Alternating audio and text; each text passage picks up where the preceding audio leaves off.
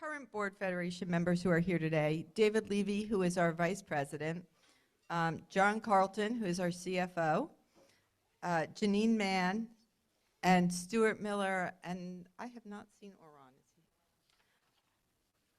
he's not here, right? I said Stuart. It was Oran I was looking for. Oran and a few others could not be here. Mickey Bernath, Julie Gamberger, who is our newest member, and Julie Bank, who is our secretary. But I wanted you to know who they were as well. I also wanted, thank you. I also want to recognize our staff, some of who are here as well. Jason, obviously, our executive director. Cantor Judy Sofer, who is here, and we will hear from her shortly. And Debbie Singer, our PJ Library and PJ Arway Program Director. A few of our staff could not be here this morning. Rebecca Russell, who is our Program and Outreach Director. Robin Brahansky, who is our PJ Library and Program, PJ Arway Program Assistant. And Karen Liana, who is our Operations and Communications Manager, who we could not live without. And Susan Hain, our bookkeeper. So now I would like to invite Judy up, Cantor Judy Sofer, up to introduce Kol HaEmek. Hi, everyone. Thank you for your patience waiting for us to get together. We've been singing together for 15 years. For those that don't know us, thank you. And we are getting a little older, so things are not as easy. We have some new people with us today, a couple of new members, and I hope that you can hear us. This is not the best acoustic area for us, but we will do our best, so please listen carefully. We are here because, first of all, we like to sing and we like to perform. We were at the Festival of Jewish Music in December, and we also did that here. It was in the sanctuary. It was beautiful, and Cantor Paul Bush was helped us to put this together, and that's when we have people from all over the community singing. We have cantors, we have different singing groups. Well, the truth of the matter is that in recent years, choirs in synagogues have basically died out, and the only time that they get together to sing is during high holidays, and that's when we take a hiatus, as we don't rehearse, because most of the people in the group here sing in high holiday choirs for their temple. We started from a couple of people from the synagogue, Rita Warshaw and Diane Schuster, who is out of town today. She's visiting her daughter and her grandkids. But so we're here to enjoy singing, enjoy the pleasure of singing, because singing is next to godliness. It is seriously one of the few things we do. Though it seems like we just open our mouth, it's one of the things we do with all our bodies. We sing not necessarily Jewish music. Some of it's just music written by Jews. There are many out there, just FYI. 85% of musical theater is written by Jews. And one of our songs is a spiritual that's not written by a Jew, but it's definitely on our theme. It's Elijah Rock. You're probably familiar with it. So I won't talk anymore because I know we're on a time schedule. We're going to do 3 songs. We're going to open up with Yehiyu Ratzon by Elliot Levine, and he's now out in Riverside. He lives there. He's a major performer and a composer. May the words of my mouth and the meditations of my heart. Then we're going to do I Thank You, God, also by Elliot Levine, based on words by E.E. Cumming. And finally, we're going to finish up with Elijah Rock. I'm not going to stop between any of the songs, so if you want to sing, if you want to clap your hands, that's for the last song. Feel free to join in.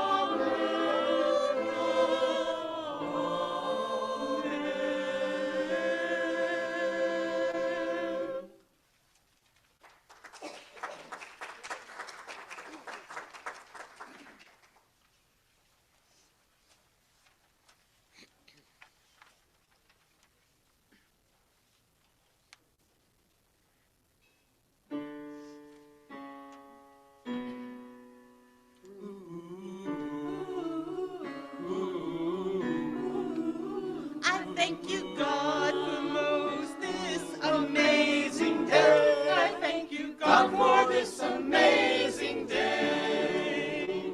For the leaping greenly spirits of trees, the blue true dream of sky, and for everything which is natural, which is infinite, which is yes, I who have died am alive again today. And this is the sun's birthday. This is the birthday of life and of love and wings, and of the gay great harmony. Illimitably earth, illimitably earth. I thank you, God, for most this amazing day. I thank you, God, for this amazing day. For the leaping greenly spirits of trees, and the blue true dream of sky, and for everything which is natural, which is infinite, which is yes. Else with tasting, touching, hearing, seeing, breathing, and eating. Lifted from the no of nothing, human being, doubt unimaginable you.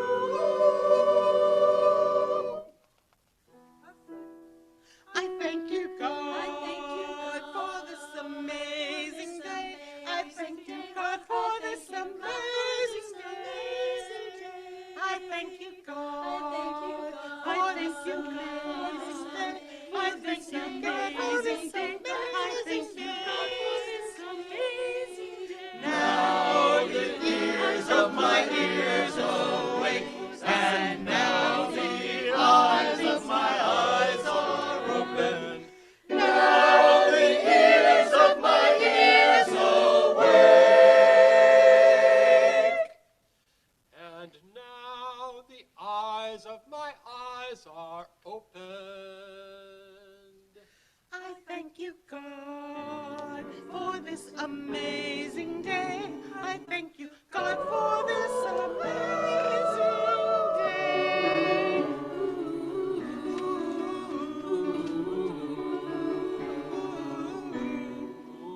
I thank you, God, for this amazing day. I thank you, God, for this amazing day. For the leaping greenly spirits of trees, and a blue true dream of sky, and for everything which is natural, which is infinite, which is yes.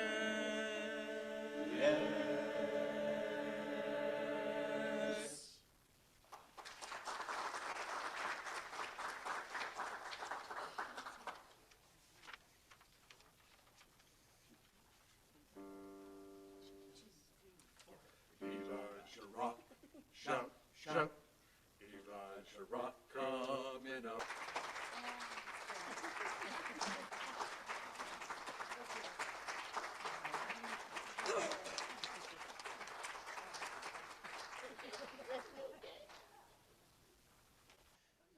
Thank you, Cantor Sofer. Thank you, Kol HaEmek. It has been amazing to watch not just the growth, but the longevity the choir has had over the last 15 years. It's been, I was talking to somebody about when the choir started, and I had to place back to when I became the interim exec, because it was around that time when we launched the Festival of Jewish Music, and then it was shortly after that that Kol HaEmek came to fruition. So once again, thank you so much. Thank you for adding beautiful music to not just today's program, but to also our community through the various concerts you do.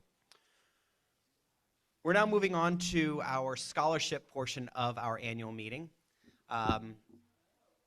It's wonderful. For a long time, we had one scholarship to offer. And then shortly after, the community supported a new youth fund that the Federation launched. We've been able to now have 2 scholarships. The first scholarship, I'd like to invite up Cy and Marilyn Ellis, who will be awarding a scholarship in memory of their daughter, Kimberly Dawn Ellis, who died tragically. And shortly after her passing, they wanted to support graduating high school seniors with some funding for their college education.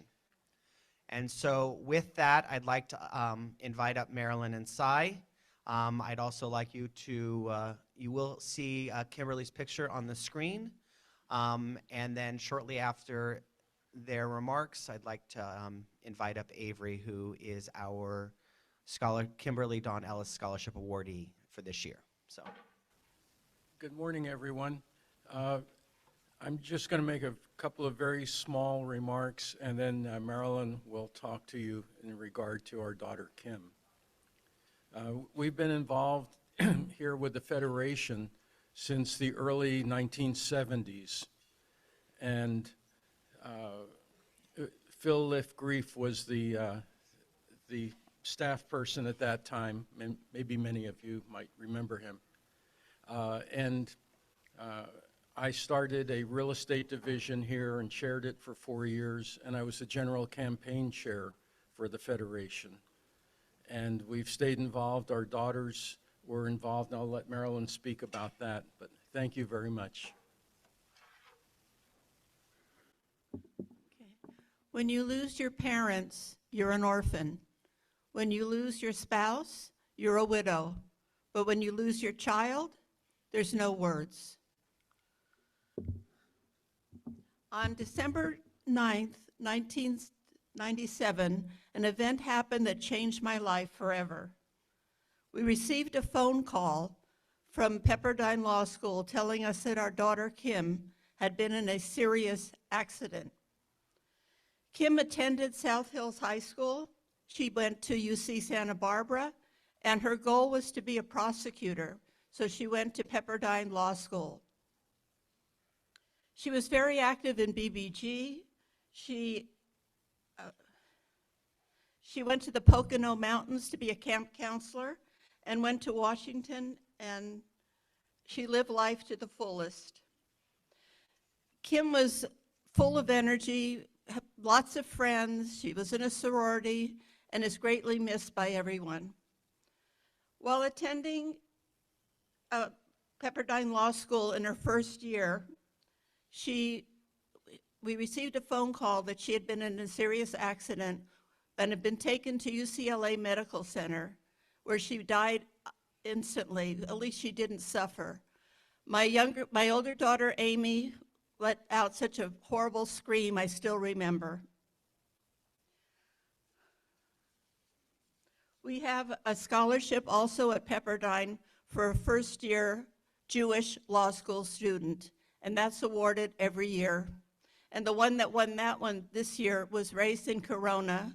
She had an accident at the same place that Kim did on Pacific Coast Highway, but she survived, and very touching.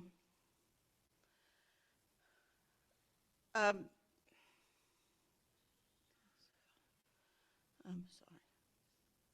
sorry.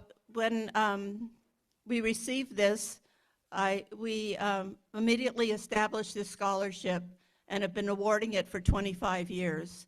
Kim was only 22 years old. When I was 22 years old, I was planning my wedding, but she was 22 years old. I was planning her funeral. When I received Avery's essay, she said that her mother knew Kim. Now, what are the chances of that happening when it's open to the whole San Gabriel Valley and so on? And she said she had an instant connection to Kim, and she hoped to be a successful young woman like Kim. And it is my pleasure our pleasure to give this scholarship to Avery.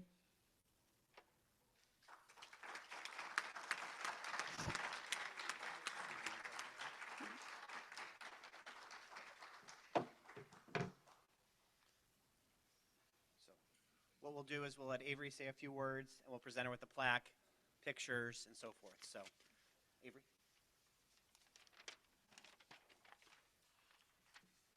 I want to say a big thank you to the parents of Kimberly Dawn Ellis for making this opportunity possible for young Jewish teens like myself, and thank you to those who chose me as a recipient of this scholarship. I also want to thank my family for supporting my dreams, but specifically my parents for raising me to be who I am today. They have taught me everything I know and have led me to become the young woman I am working so hard to be. I, similarly to Kimberly Dawn Ellis, want to help people. I look up to her and see myself in her story. She had similar aspirations as I do, such as going to UC Santa Barbara, which is one of my absolute dream schools. Her story inspires me to continue to be kind and to help others in any way possible regardless of my struggles. Her story also sends a message to our world that responsibility on the road is one of the most crucial things we can have, as our actions can affect others. I can only hope that my own actions will positively impact those around me. Thank you.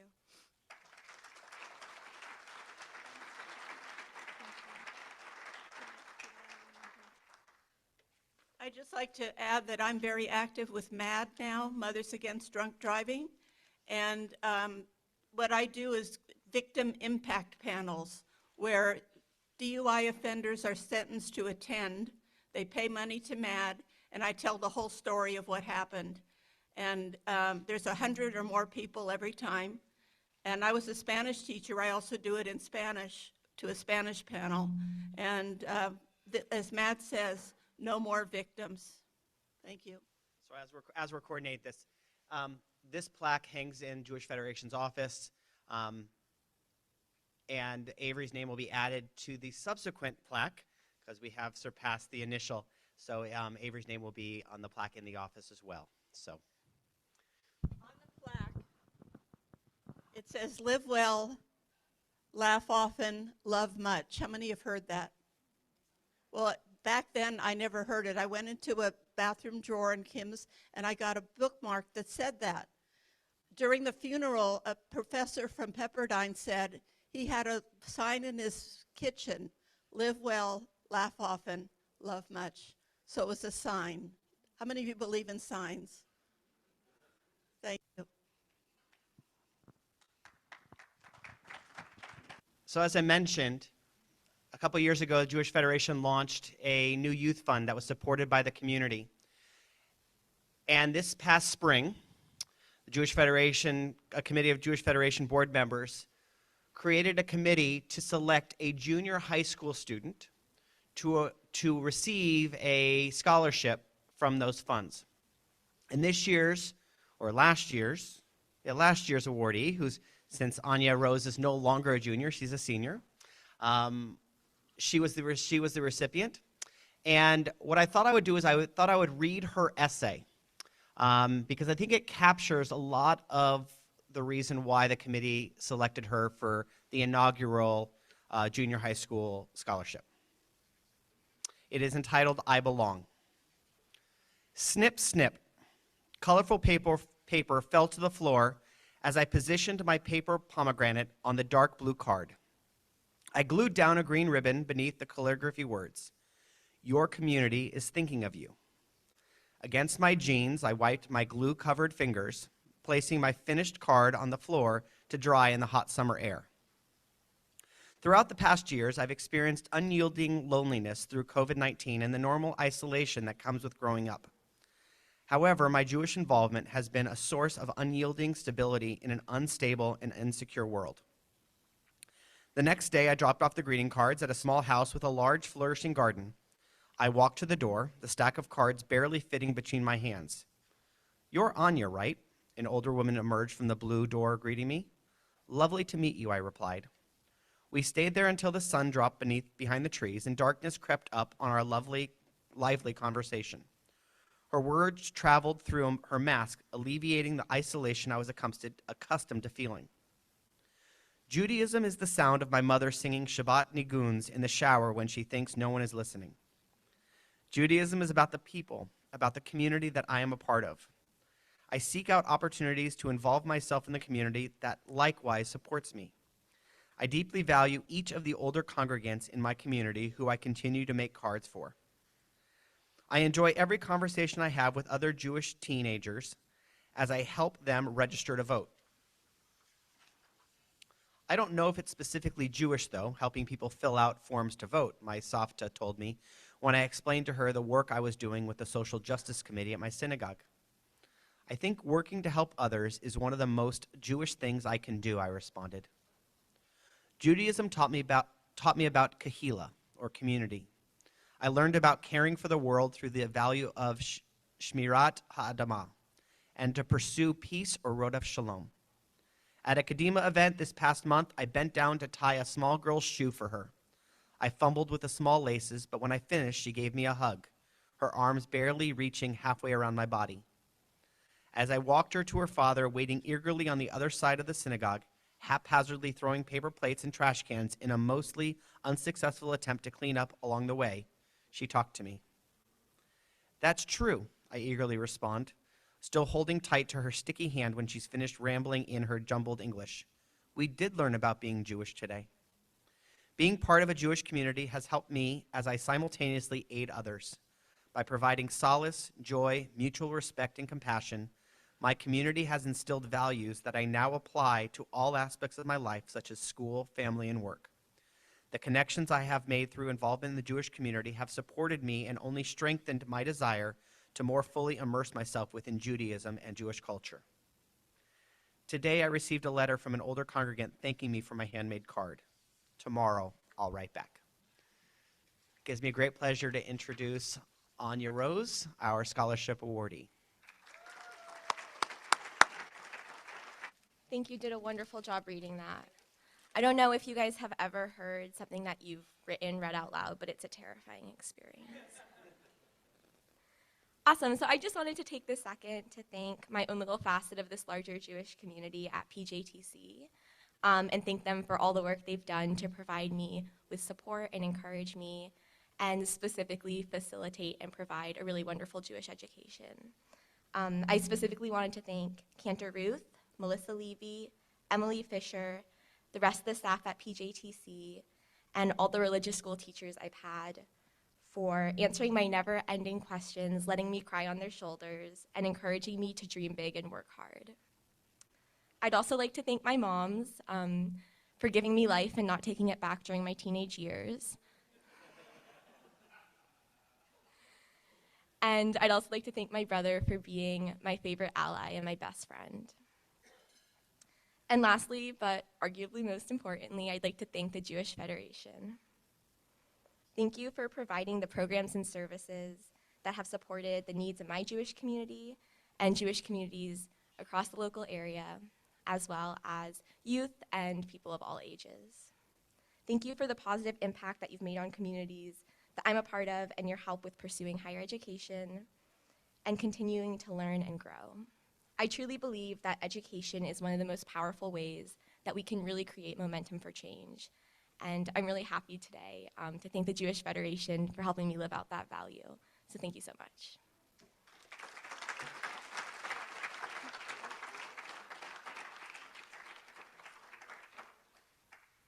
So as you've already seen, our Federation has many diverse programs and opportunities. You've seen a small glimpse of them with Kol HaEmek, led by our very talented cantor, Judy Sofer, and with the two presentations of the scholarships to Avery and Anya Rose. Congratulations to both of you, and we wish you well in your future educational endeavors. I am personally so grateful to be part of this organization. With Jason leading it, we've accomplished so much, and we've kept up to date with so many of the issues facing our Jewish community in the area.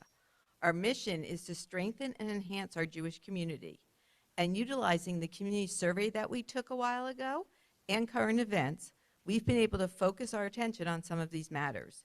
Jason, along with our community partners, has helped to develop a security plan for our community that focuses on both safety and education, allowing us to change the culture of security from fear and reaction to opportunity.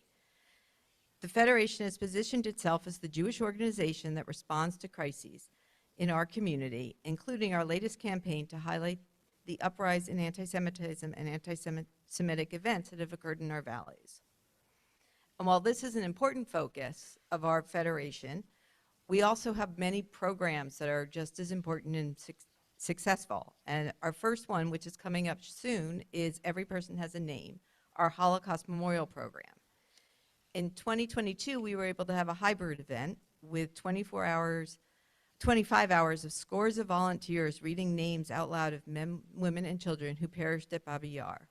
In 25 hours, we could only read a third of those names.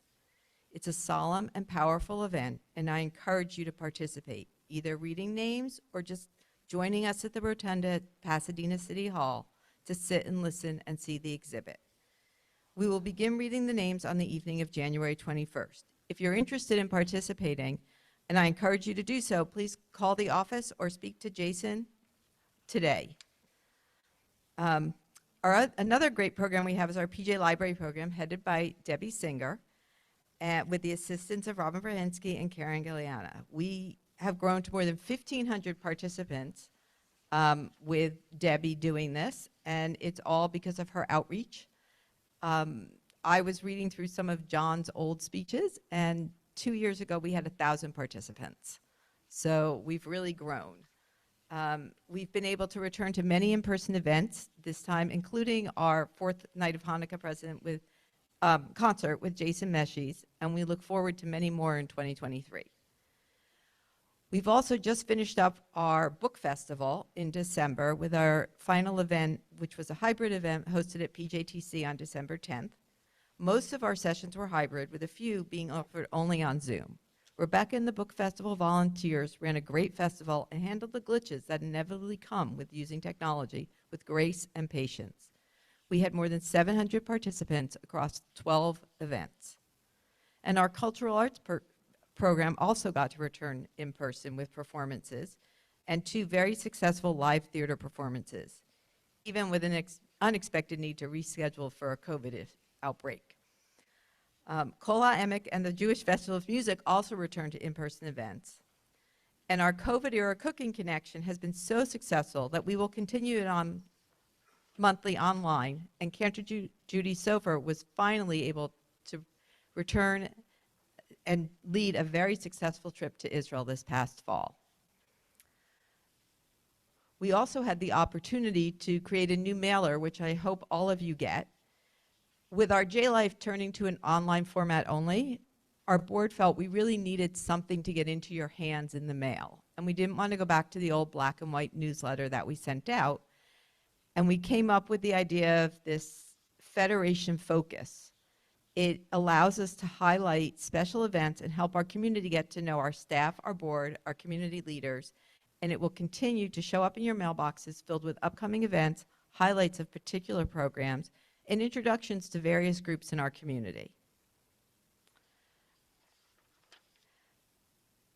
With our annual meeting, we provide you with folders at your table.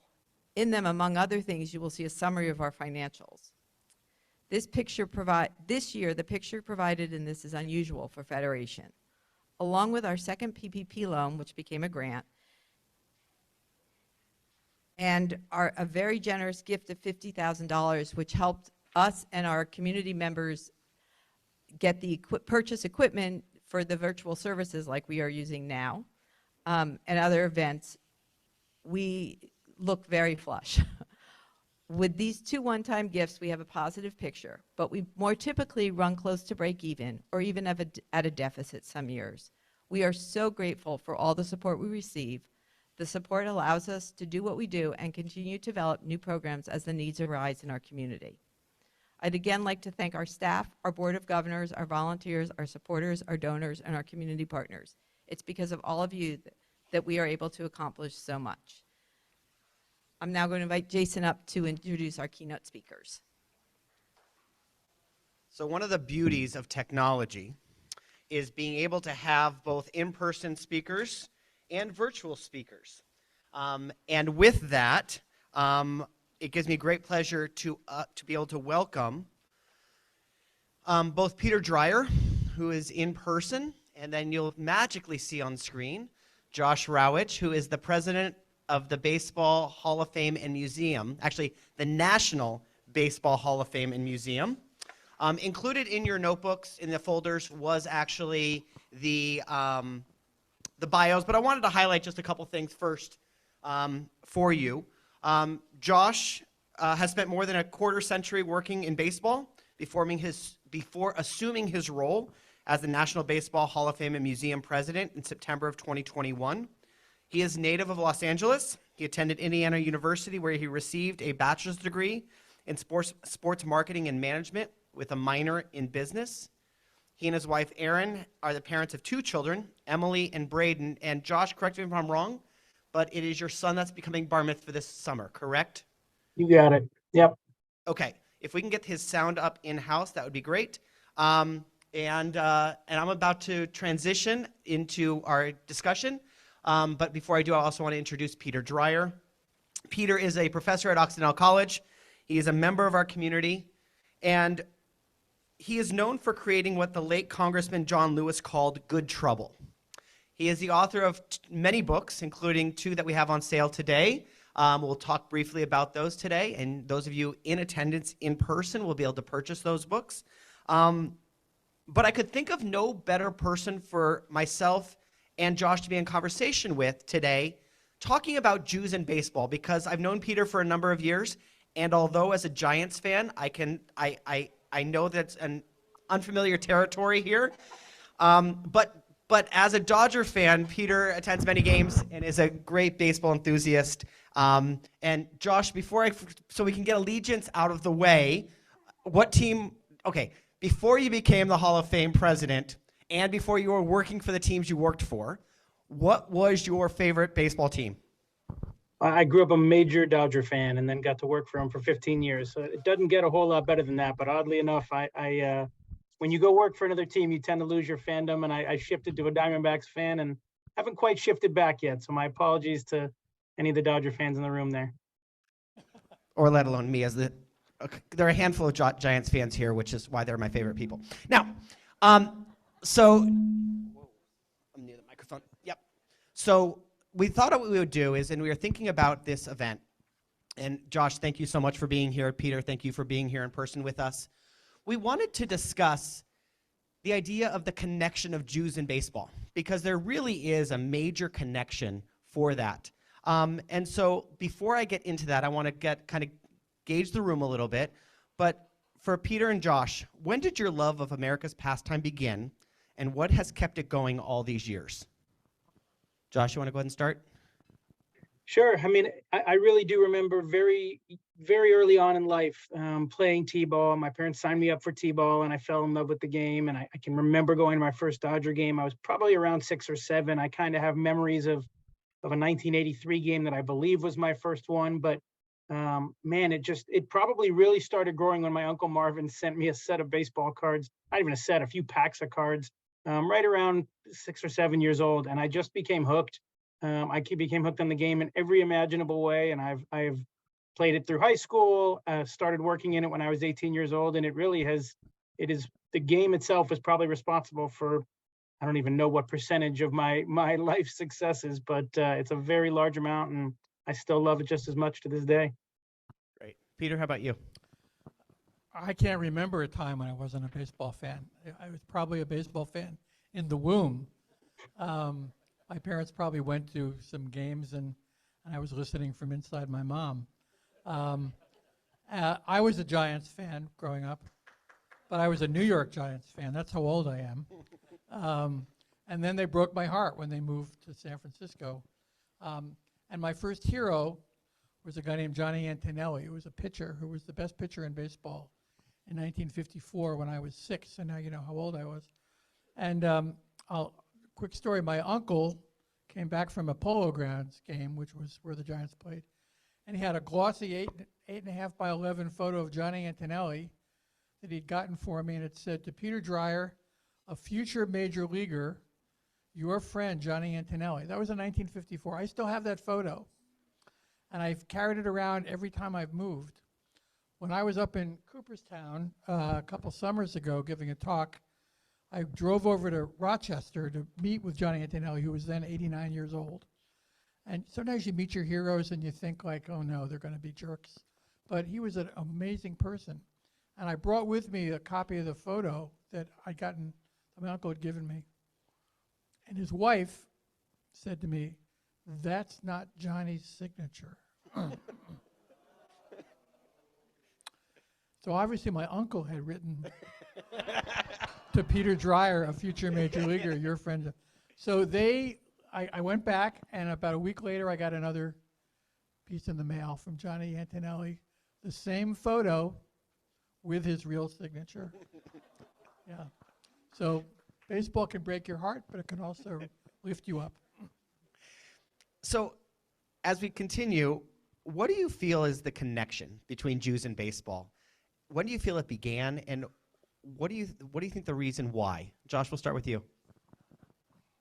Well, I think it certainly goes back to as immigrants were coming to this country, mostly from Europe. I think it was a way to assimilate, and I know we've read stories in the past where they didn't want to assimilate, where maybe they were. I think Peter actually sent me something recently that kind of talked about when you came to the States that the baseball wasn't really for the Jewish people. But I think as time went on, certainly you've seen all through the baby boom generation. I mean, the game, my grandparents loved the game, my parents loved the game, and it's carried on for generation to generation. And that's in a lot of ways what I often say is the connection between Judaism and baseball is this generational connection that here at the Hall of Fame we talk about connecting generations. And as I just walked into the office today, I saw, as I do every single day, grandparent, parent, and child all walking through the halls of the Hall of Fame, probably experiencing something that's been on their bucket list forever. And it really does connect you back to your ancestors in the same way that I feel like for me, Judaism always has. It's been this connection back to ancestors that I never actually knew, but maybe we have a photo of, or even before them. It's just this incredible connecting of generations that both the sport and the religion can do. Peter? I agree with Josh. There was the first professional baseball player in America was a guy named Lipman Pike, a Jew, who was the son of Dutch Jewish immigrants, and he played in the 1860s and 1870s, and he was the first home run king. But baseball and Jews really start, as Josh said, with the Eastern European immigration. And there's a great story about how Abraham Kahan, who was the editor of the Jewish Daily Forward, the Yiddish newspaper, back in the early 1900s, somebody had a letters to the editor column, which was called the Bintel Brief, letters to the editor, a bundle of letters.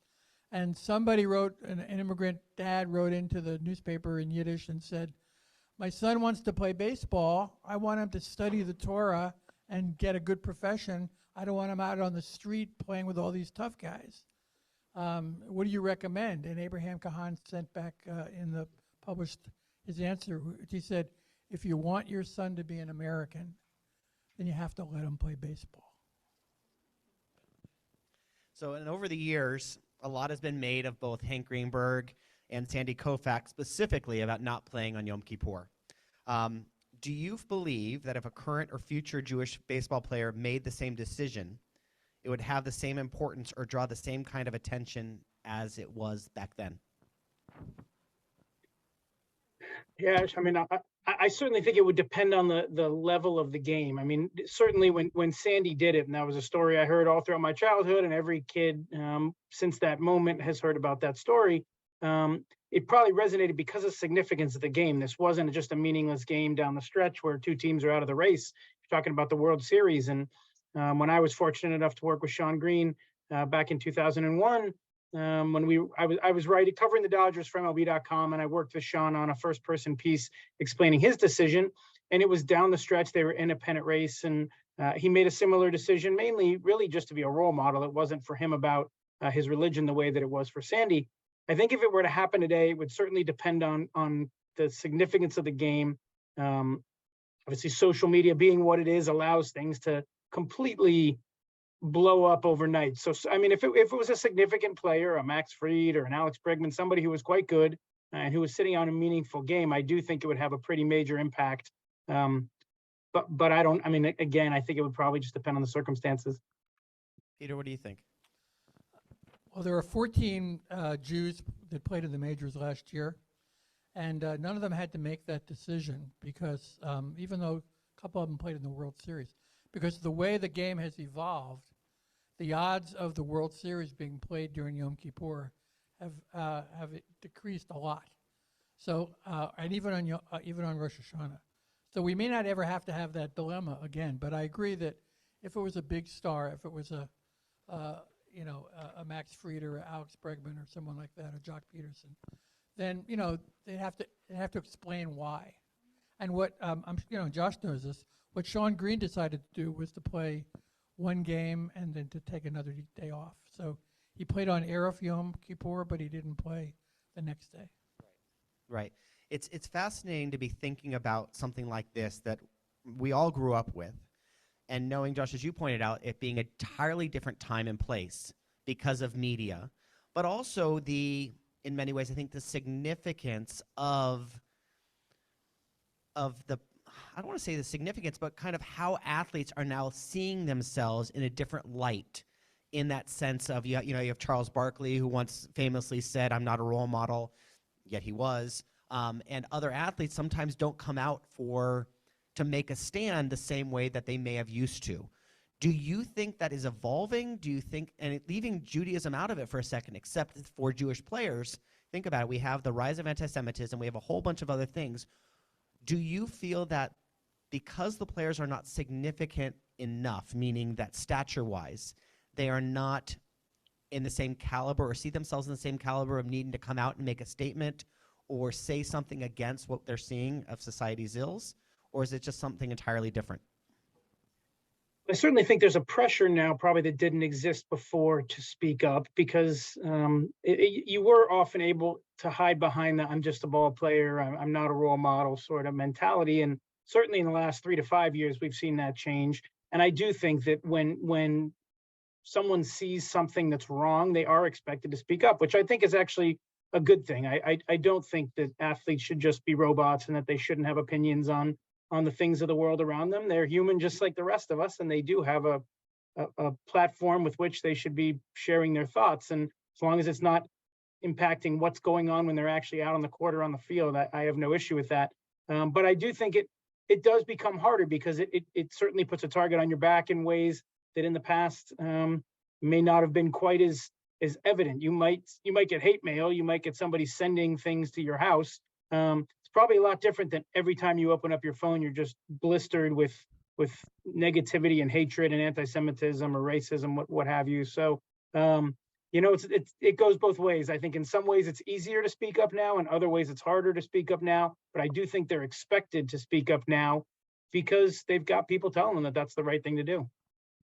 Peter, what do you think? Jewish players throughout history have been on the forefront of social justice. Hank Greenberg, because he met with so much anti-Semitism when he was playing for the Detroit Tigers, which was, Detroit was the most anti-Semitic city in America when Hank Greenberg played for the Tigers. It was the home of Father Coughlin, the Catholic priest who was an anti-Semite and had a big radio network. And it was also the home of Henry Ford, the auto magnate, who hated Jews. And in fact, when somebody, he had a newspaper called the Dearborn Independent, and he once said, "You know what's wrong with baseball? Too many Jews." And he met Hank Greenberg, and he met another guy, but it's a different story. But Greenberg was one of the few white players that was very supportive of Jackie Robinson when he came up. And Jackie Robinson always thanked him for that.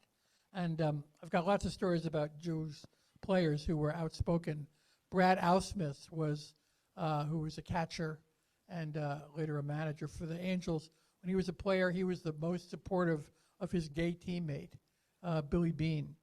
And 2 years ago, during the Black Lives Matter protests all over the country, the first manager to go on the sidelines and take a knee on behalf of Black Lives Matter and to encourage his players to do that was Gabe Kapler, the manager of the Giants.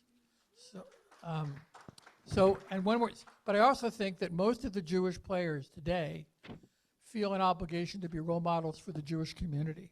Just 2 weeks ago, Alex Bregman was lighting the Hanukkah menorah down in Arizona, and a lot of them didn't think of themselves as conspicuously Jewish until they became ball players, and they had to confront the publicity of being one of those rare Jewish ball players, and they saw it as an obligation, and it got them more involved in the Jewish community than they had been before. This is true of almost all the Jewish players over the last decade or so. So it's been interesting kind of thinking this through. I grew up as a huge baseball fan and still to this day and always kind of gravitating. You know, you when you see somebody that you feel a connection with, you kind of already connect with that person. And so one of the things we've been talking about, you brought up 14 baseball players, current Jewish baseball players that played this past season. But how do we really know how many Jews there are in baseball? And, you know, Josh, I'm assuming that there's not an exhibit yet of Jews in baseball, although it'd be kind of an interesting That'd be cool. traveling exhibit, of course. Yeah. But how do we really know how many there have been? And Peter, you were telling me before kind of an interesting story. I'd like you to go ahead and to share it. So we don't know exactly how many Jews have played Major League Baseball. Major League Baseball started in 1876 with the National League and in 1901 with the American League. And since 1901, when the two leagues kind of merged to become Major League Baseball, there's been 187 identifiable Jews. So you're probably asking, is that a lot or a little? There's been about 18,000 Major League players, so roughly 1%, which is a little lower than the percentage of Jews in the overall population, but not that much lower. But we don't know all of them, because a lot of them, particularly in the early 1900s, changed their names to avoid anti-Semitism. There were at least 7 Cohens that played Major League Baseball in the first half of the 20th century, and only one of them used the name Cohen. The others all changed their names. So there's a great story that I had told to Jason before. Back in the 1920s, there was an exhibition game here in Los Angeles, or there in Los Angeles, between the Hollywood Stars, which was a minor league team, Pacific Coast League team, and some celebrities from the real Hollywood. And they were playing each other to raise money for some charity. And the pitcher for the celebrities was a guy named Harry Ruby, who was a famous songwriter. I'm sure Judy Sofer knows who he is. He wrote a lot of famous Broadway and film shows. And he had been a pitcher in high school. So he was pitching, Harry Ruby, a Jew. And catching was a guy named Ike Danning, who had been a major league catcher for the Giants and whose brother was a famous catcher. And Ike Danning said to Harry Ruby, look, there's nobody else on this field here who's Jewish. Instead of giving you the signals as a pitcher, like, you know, between my legs, why don't I shout out the pitches in Yiddish? Throw me a curve on the outside corner. Throw me a fastball low and away, right? So they did. So there's a guy named Jimmy Reese who was on the minor league team, the Hollywood Stars, and he came up to bat 4 times and he got 4 hits. Jimmy Reese. So Harry Ruby went up to him afterwards and said, Jimmy, I didn't know you were such a good hitter. And Jimmy said, I know, and you also don't know that my name is Jaime Solomon. So we share that story because the idea that trying to find identifiable Jews, especially early on, can be a challenge. And Peter, you kind of become a lot of research recently. In fact, I know you're working on a piece right now that's trying to capture it. And by the way, over my left shoulder, we actually have a Jews in Baseball poster that we have actually up at the Federation. There is a Jews in Baseball, JewishBaseballPlayer.com that puts this together. They're doing a Jews in Music. But without going through, like, look, we can't, count mezuzot on baseball players' lockers. How do we really get a sense of how many there are? And is it surprising? And Josh, I'm going to start with you. Is it surprising for you, having grown up and really working in baseball, that there haven't been more Jews, meaning that, less than the 2% that we know that's American Jews or Jews in America? Is it surprising for you? And is there something that the Jewish community could do to promote baseball more than it already is to younger players? And I don't know if it's surprising if we were, let's say, if Jews were 8% of the population and we only had 1% of the players, I think I'd be far more surprised. But it's not dramatically different. It's certainly, I mean, if we had another, I don't know, 10 to 15 Jews over the course of 100 years, we'd probably be on par with where we should be. So, but what I do think is interesting is it does matter how somebody identifies. And for those of you that aren't familiar with the Team Israel from the World Baseball Classic in 2017, there's an amazing documentary that's out there you can watch. It's called Heading Home. But within it, they talk about the general manager of Team Israel trying to find the Jews throughout baseball that might be able to, A, play for Team Israel, B, do this in the middle of spring training. And it's different with the Olympics. You have to actually be an Israeli citizen to play for Team Israel. But for the World Baseball Classic, you just have to have some sort of Jewish bloodline in your family. And in fact, quite often it was fine through marriage. So, I mean, there's one player who was married to a Jewish woman, and they were raising their kids Jewish, and that was deemed credible. At one point, they actually were talking about, the GM kind of jokingly says, Peter Kurz is an American lives in Israel, who said, you know, that kid looks Jewish, or his mom, I looked him up online, his mom looked Jewish, and I called, and it turned out that they were. Now, that's not exactly the way we want to be seen in the world, but ultimately it led to this guy playing in an incredible event on an international stage. So it does matter how you identify. And I do think, to Peter's point, a lot of times they don't identify really as Jewish until they actually live it. Many of them took a trip to Israel and it opened their eyes in a way that had never happened before. Once they actually got to Korea, and I was fortunate enough to be a part of that event, you know, there was this feeling that they were doing something special. They knocked off several teams that were far better than they were, and ultimately got to move on in the tournament.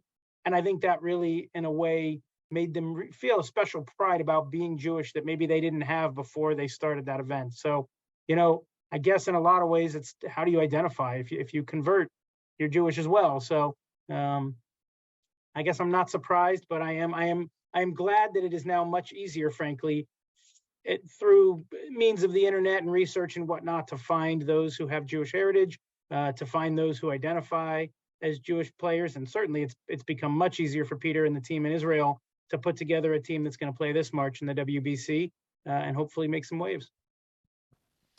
So within that same mindset, I was going to actually bring up the World Baseball Classic, because in some ways the popularity of it is growing. Is Team Israel's success really, you know, finishing sixth, I think it was in the last WBC, kind of raised the caliber and jokingly made people aware that Jews can play sports.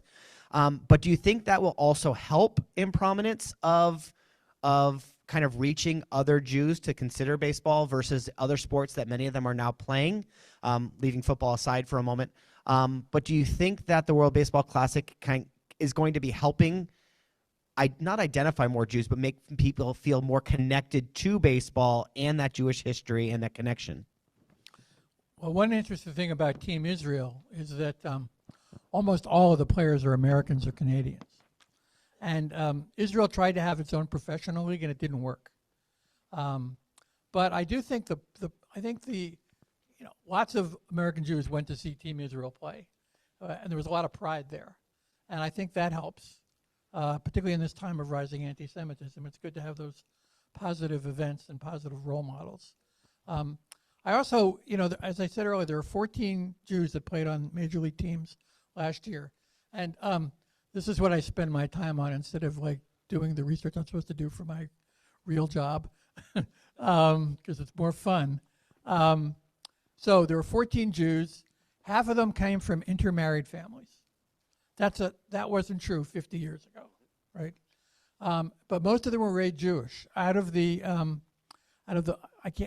14 players, at least 9 of them had a bar mitzvah.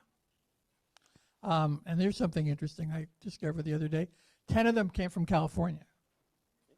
50, 60 years ago, they were from the East Coast and the New York area for the most part.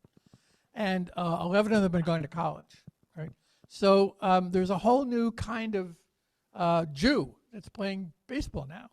They're not, they don't go directly from high school.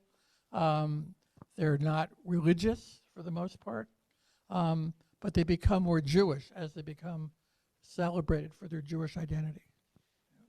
Josh, you have anything you want to add? No, I mean, I do think that's probably the best way to put it. And I think from a pride standpoint, I do know that they do talk to each other around the league. They do have a bond that probably would have been similar 50 years ago between Koufax and Greenberg, or between Sean Green and Brad Ausmus. It does, in fact, carry you. And I can certainly speak from experience that when I do run into Jewish ball players, Jewish people around the league, there is a certain bond that we all have. And I wish I'd have known that so many of them had come from California. That's where as you heard, it's where I grew up, and somehow wasn't good enough to get there. But I guess I made it to Cooperstown a different way. Yeah. So speaking of talking to each other, another story. Back and Josh probably knows this. In 1996, Sean Green tells this story. He was at bat at a game against Cleveland. He was playing for the Blue Jays at the time, I think. And the catcher at the time that he was at bat was a guy named Jesse Levis, Levis, and they both knew they were Jewish. And so, and it was late in the season in September. And so Sean Green gets up to bat, and he looks over at the catcher, Jesse Levis, and he says, "How you doing, Yid?" And then the umpire says, "Lashana Tova." The umpire was a guy named Al Clark, who we don't know his real name, but he was Jewish. And so they had a bond there that they didn't even know they had until that moment. Yeah. I'm going to ask one final question. I'm going to turn it to the audience. So I wanted to get both of your thoughts on something I think is unique that started in baseball, has factored its way into football and not football, into hockey and basketball. And that is these special heritage nights. I know that there are lots of clubs are doing them. I know I have a Giants hat that says San Francisco in Hebrew, and I know the Dodgers have done something similar. They also did a kippah once, which was really cool. But what are your thoughts on that, even in contextualizing it with anti-Semitism and the Jew hatred that exists? How do you think that is helped the game? Has it hurt the game? Or has it added a little something different? And Josh, I'm going to start with you because you worked for teams and were in the front office doing some of these things. And I wanted to, if you could share some insight into some of that, because I think for many people, if they don't follow baseball, they don't go to a game, they may choose to go to that game because of that special connection. Yeah, I mean, really, you just nailed it, Joyce. In fact, the Dodger yarmulke is literally right over my shoulder. I'm pointing at Team Israel's cap, and on top of it is the Dodger yarmulke from when we did it many years ago. It ultimately comes down to, I wish I could say it came down to altruism or teams wanting to really help spread the word of all these different groups. But the reality is it comes from wanting to sell tickets. I remember very vividly Mormon Night and Hispanic Heritage Night and all these others that really, I think in Arizona, we did a Native American tribute that was incredible. And I think it did help people who didn't know much about whether it was Native Americans or Jews or whatever group it would be. It does help those who are there. It makes you come out, makes your synagogue come, and so you're spending time, and maybe that introduces you to the sport and makes you want to come back. But it does when there's we would do a tribal dance on the field, or there would be some sort of piece of the culture. I think they played "Take Me Out to the Ball Game," I think, and there was in some sort of klezmer music. I think one time we did. It does open people's eyes to other groups that are out there. And interestingly, in fact, I do have it literally right here on me. I brought it with me on this last road trip I was on. Just last week, I was talking to our curator here, our senior curator, Tom Schieber, who's also happens to be one of the handful of Jewish people in the office here. We were talking about my son's bar mitzvah, which we're going to do at the hall. And he said, "Hey, have you ever seen this incredible letter from back in the day, the 1920s? I didn't know what he was talking about. And what it was, and I now have a copy of it, is a letter from a key Klansman in Cincinnati who wanted to have a KKK night at the Reds game. And he sent this letter to the president or owner of the Reds, and it's all incredibly documented. The letter details why he wants to do this on Sunday afternoon. He's got a number of people who will be able to come, and we're going to be able to sell tickets for the Reds, and this is going to be a great event. And it doesn't say anything about hatred. It's just, we're the KKK, and we're going to come and help you sell tickets." And interestingly, the response from the person at the Reds wasn't go take a hike, and it wasn't we would never have your kind there, but it was very clear that they were not interested in doing that event because Sundays already sell themselves out, especially those against the Giants. We don't need to sell tickets this way. To which the KKK leader wrote back, great, we'll do it on a Saturday. And that's where the correspondence that we have stops. But those sorts of events have gone on forever. And it has been, I mean, it's not just race and religion. We started doing Pride Nights for the LGBT community in Arizona, and it became incredibly successful. And I think opened a lot of people's eyes to a community that loves the game as much as any and should be at the ballpark. And so I think it's great that these teams are doing more of that. And I think ultimately for the teams, it just comes down to moving tickets and getting people to come see the game. Peter, you want anything to add? Well, I think, there's always been days where they celebrate famous players. But it's only recently that they, last 30 or so years, that they've had this constant nights of, as Josh said, for different ethnic groups, for veterans, for all kinds of, and it was really amazing when they started the Pride Nights. And I think the Chicago Cubs were the first team to have a Pride Night, in part because one of the daughter of the owner of the Chicago Cubs is a gay woman, and so that was her idea. But one of the things about Jewish Heritage Night that's interesting is the Florida Marlins had a Jewish Heritage Night about 20 years ago, 2003. And they, to the kids that came to the game, they gave out yarmulkes and T-shirts with the name and the uniform number of their first baseman named Mike Jacobs. And so all the kids got these Mike Jacobs T-shirts and keep out. Mike Jacobs isn't Jewish. and the team didn't. Even the team didn't know that. So before I do have one other question for Josh. Josh, you get to do something that I think many people would dream about, which is you mentioned when you walked into your office today, you walked through the halls of the Hall of Fame. What is that like for you, having grown up a fan, and as you said, you got to Cooperstown a different way. What's it been like for you to run the organization, to be able to be in the museum, and to, in some ways, to really capture the history, or further capture the history of this great game, and that become your job and matching your passion as well? I mean, there is really no great way to describe it other than it is literally a dream come true. I mean, you spend your life in the game, and I don't think a lot of the people who work for teams ever imagine that Cooperstown is a viable spot to where you might end up. We all look at the other 30 teams, or we look at, maybe I'll move from the Dodgers to the Lakers or the Suns to the Cardinals, but there just isn't this thought, hey, maybe I'll end up in Cooperstown. And I think when the opportunity presented itself, it kind of hit me God, this is truly the Mecca of, and not to use a religious term, but I mean the Mecca or the Jerusalem for baseball fans. It is a pilgrimage site that people truly, they wait a lifetime to come here. And I keep telling people, take it off of your bucket list and put it on your to-do list and check it off of your to-done list, because it is so incredible when you get here and you see it and you experience it.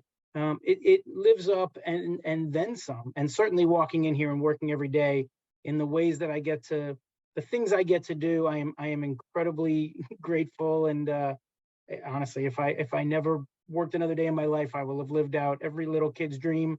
And I'm hoping to keep doing it for a while longer. So appreciate you giving me a chance to say that. Absolutely, thank you. So if we could. All right, so we have a couple minutes for a couple questions. I'm going to take them in the audience first, and then if Jake, if you can hear me, if there are questions that come up from those that are attending virtually, if you can just share them when it feels appropriate. Rabbi Mirov?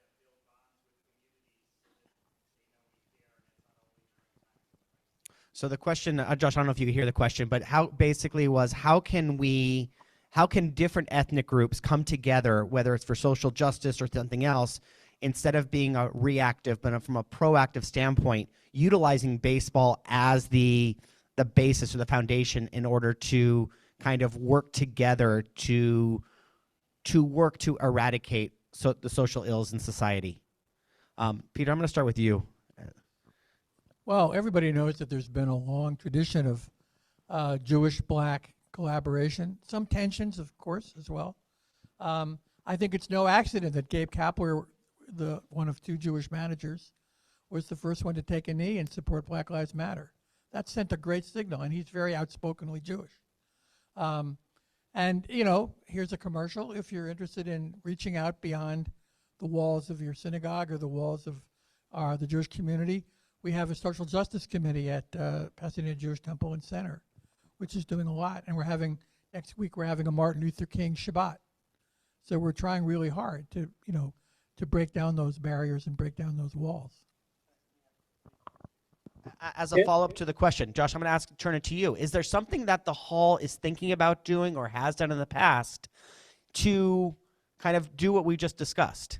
The idea of trying to utilize baseball or use baseball as a way to bring communities together in a proactive way to not just enhance education and understanding, but really to do some real social justice work.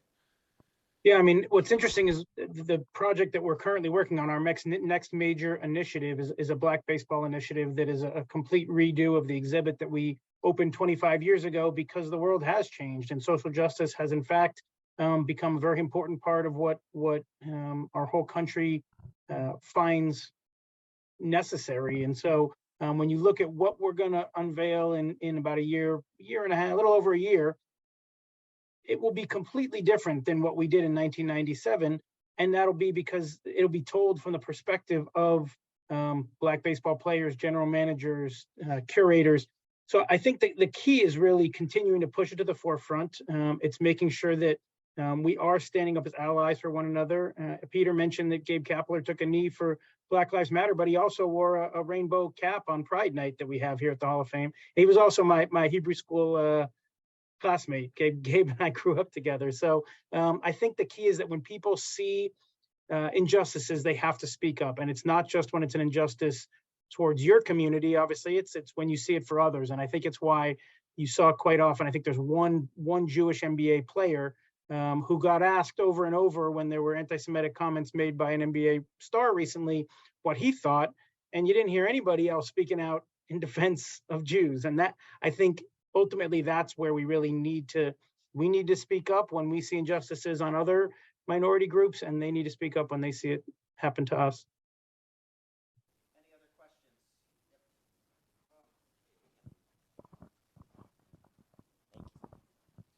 Obviously, two of the staples of the Dodger franchise, Sandy Koufax, who's Jewish, and Jackie Robinson, the first Black player. Do you think that it's like a mindset that the Dodgers have, or do you think that's just a coincidence? It definitely was a conscious effort, certainly back in the day, I think. Clearly, Jackie would not have been able to do what he did without the complete conscious buy-in and plan of Branch Rickey and those around him. It goes well beyond that. I mean, obviously, Fernando Valenzuela and Hideo Nomo, when you look at the way that the Dodger organization has internationalized the game, you can look to 1995 and Hideo Nomo and trace it all the way back to the Dodgers taking tours of Japan as one of the first teams to ever do that back in the 1950s. And so there's no question that the Dodgers have been at the forefront of it for a very long time, going back to the O'Malley family, and continue to push for it in every possible way. They have an incredible Pride Night. They have an executive who's outwardly gay, who speaks very often about his experience as an executive in the game, a senior executive at the team, and got married at Dodger Stadium not that long ago. So there's no question it's not an accident. It happens deliberately. I think it's important to remember that Jackie Robinson joined the Dodgers in 1947, but the movement, the crusade, the campaign to integrate baseball started in the 30s. and it was led by a lot of Jews, including Jewish sports writers and Jewish labor leaders, who were long before, when Jackie Robinson was still at Muir High School, there was a movement to overcome racism in baseball, and Jews were a big part of that.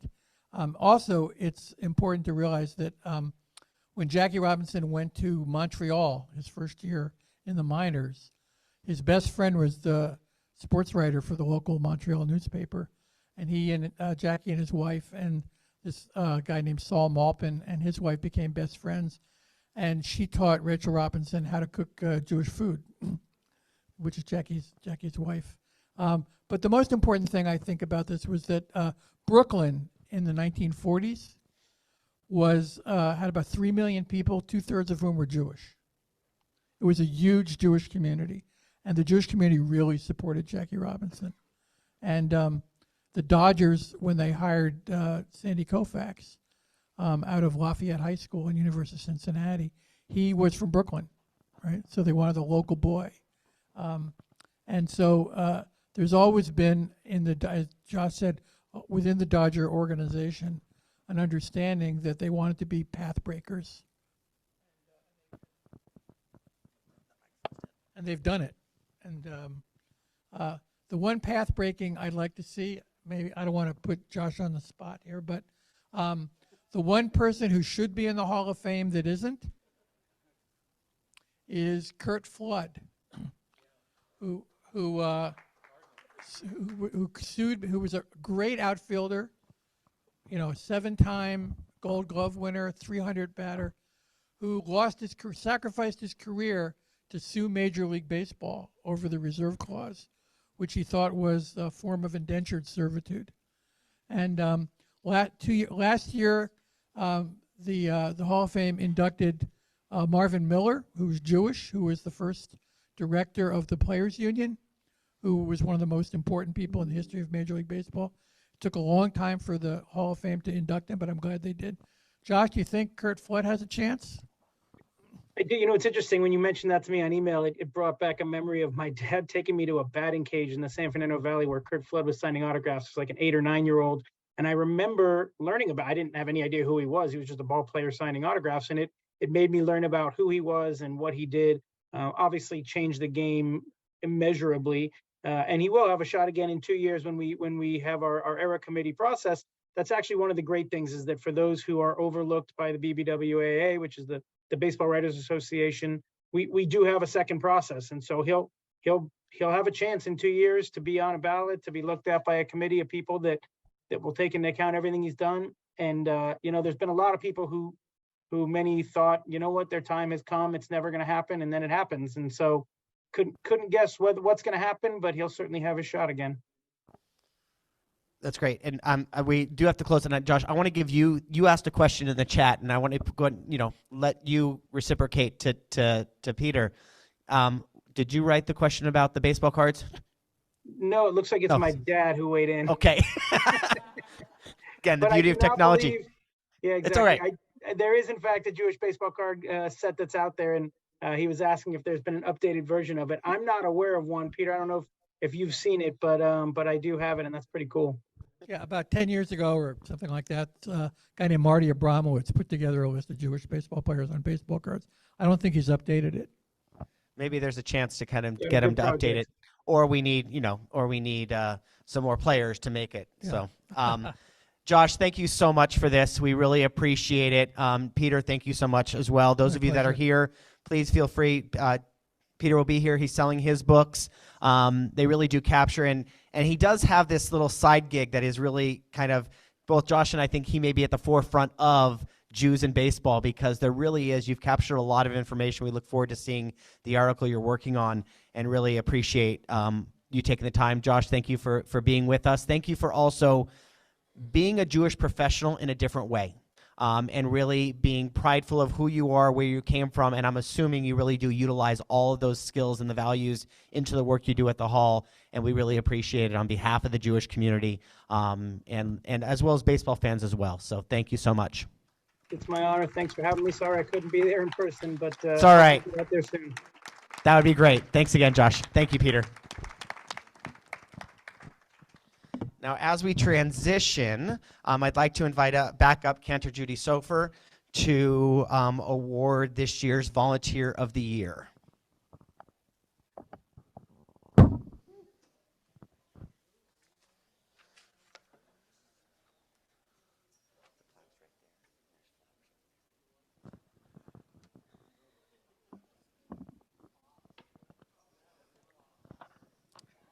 So I'd just like to say that we are a small federation, but we are very mighty, and there are so many people that deserve to be volunteers of the year. Some of them have already been volunteers of the year. Others will be in the future, and we can't award all the people that we want, but the reason that I think I just suggested this person today, and she was chosen, I guess, by the board, right, John? The board agreed. But there are many, many unsung heroes, and as you know, in the cultural arts, a lot of the things we do is behind the scenes. You see the people that get out on stage and perform, or the singers. You don't know what goes on behind the scenes to make that happen. And there are many, many, many people, even in this room, that help make those things happen. And so I don't think people would have known about this person if it hadn't come to this. But this is we suggested Joanne, and she was chosen, Joanne Karr. And I'll tell you a little bit about her. She went to school at LA Unified School District, and then she received a BA and an MA in theater from USC, where she participated in the Edinburgh Festival Fringe in 1975. 1979 to 1981, she worked in the film industry as an assistant director trainee, including a stint on the TV show The Incredible Hulk and the film Oh God, Book 2, all leading to membership in the Directors Guild of America, which is not easy to get. I know, because my son is a director and he does mostly commercials, and he is still trying to get in. It's very difficult, at least it is now. For 20 years, she taught drama, stagecraft English, and video production for LAUSD, including time at Westchester and Hollywood high schools. During that time, she lived abroad 3 times, first in Korea, working as a recreation services theater director for the military at Camp Red Cloud in Korea, then on 2 Fulbright teacher exchanges teaching theater, one in Swansea, Wales, and the other in London. And she finished her teaching career with 15 years at Walnut High School as the theater director and running the whole program. She retired in 2015. She's worked with various community theaters, including directing Neil Simon's Come Blow Your Horn at the Dylan Thomas Theatre in Swansea and stage managing a British panto in Harrow, a suburb of London. Since 2013, she's been active with us, and that started because one day I got a phone call. Hi, my name's Joanne Karr, and I'm a member of TBI Pomona. She's a member here. And I'm thinking about retiring, and I want to know if I can get involved in the theater program. And to have somebody call who wanted to be involved but wasn't interested in acting, that was really a mitzvah. That was an amazing thing. So I grabbed her up. We were doing MAME at the time, and I asked her if she would stage manage, which she did.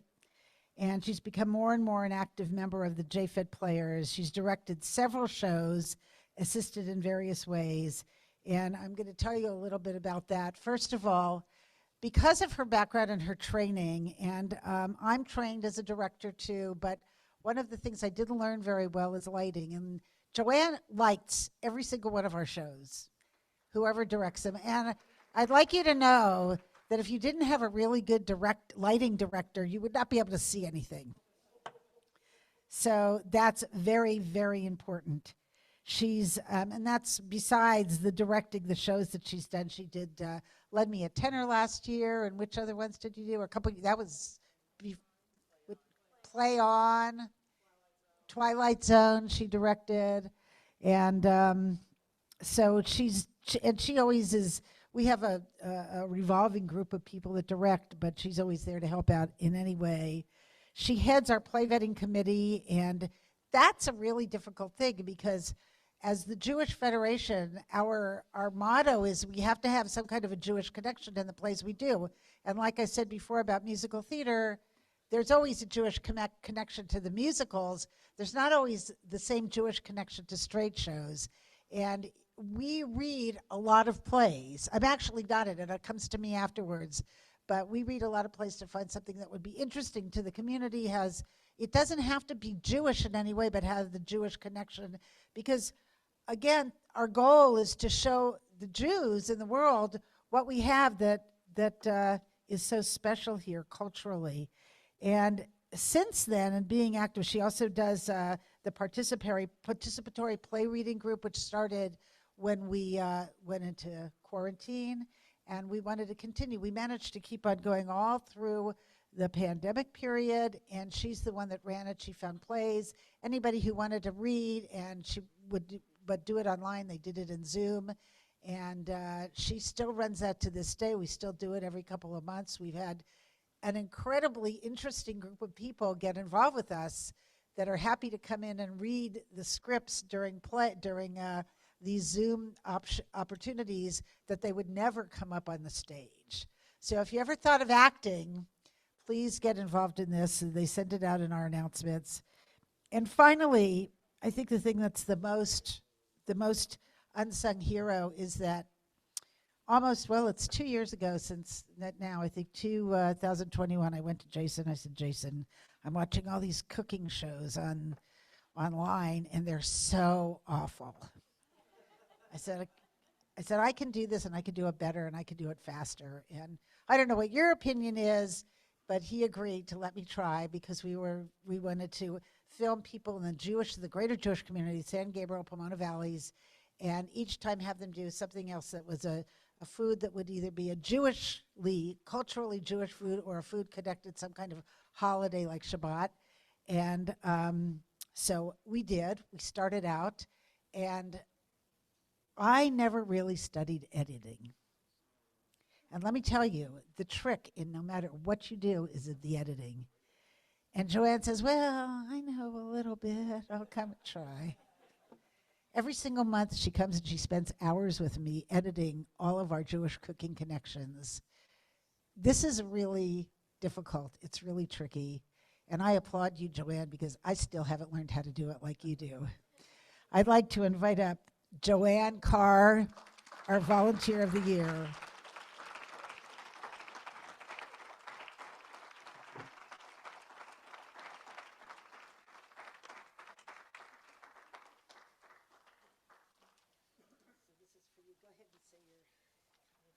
Good morning. Thank you to the Federation, especially Jason and Judy and the board for this honor. I'd like to add one thing to what Judy said about editing the cooking connection.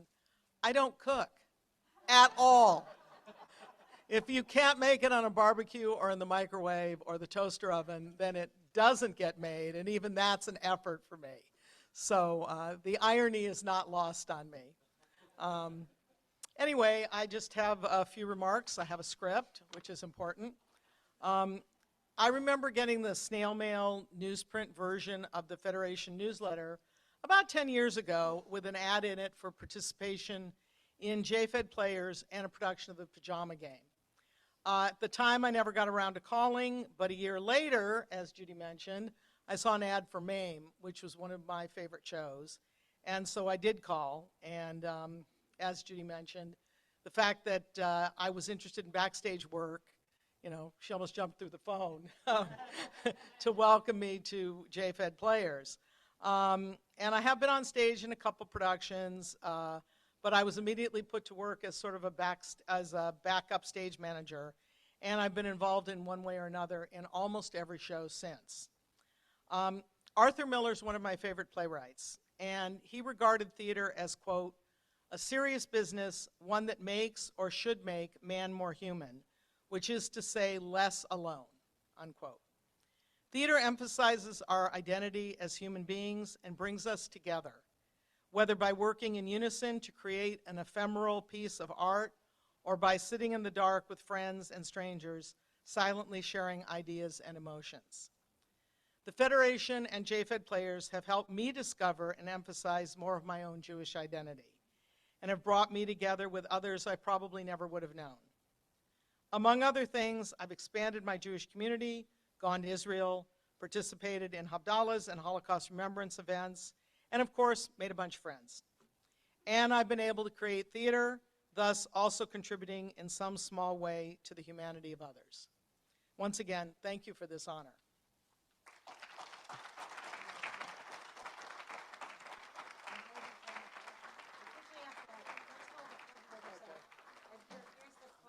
Thank you. Couple of pictures. Which way are we going here? Go either way. Yeah. Yep. Judy, can you come right over here? We'll get another picture.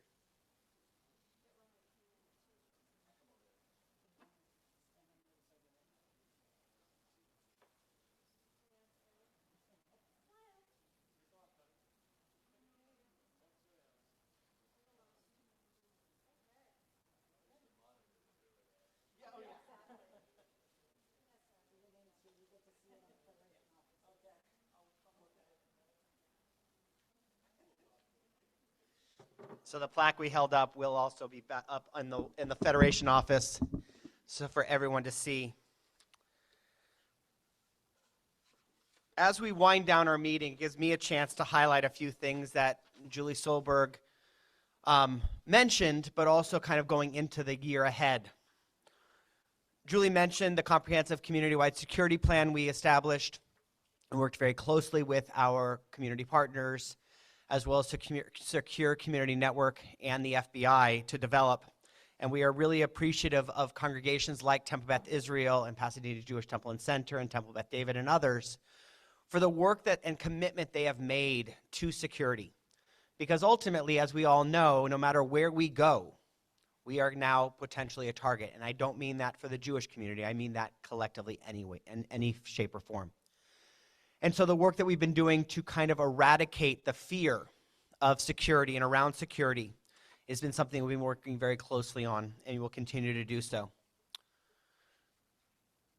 As you might remember also at the start of 2022, we talked about the effort we were going to make to enhance the Passover food that was available in the community and consolidate it. And we were able to do that, and we're looking to expand that in the coming year. Federation also established our Chesed Society, which is our major gifts recognition program.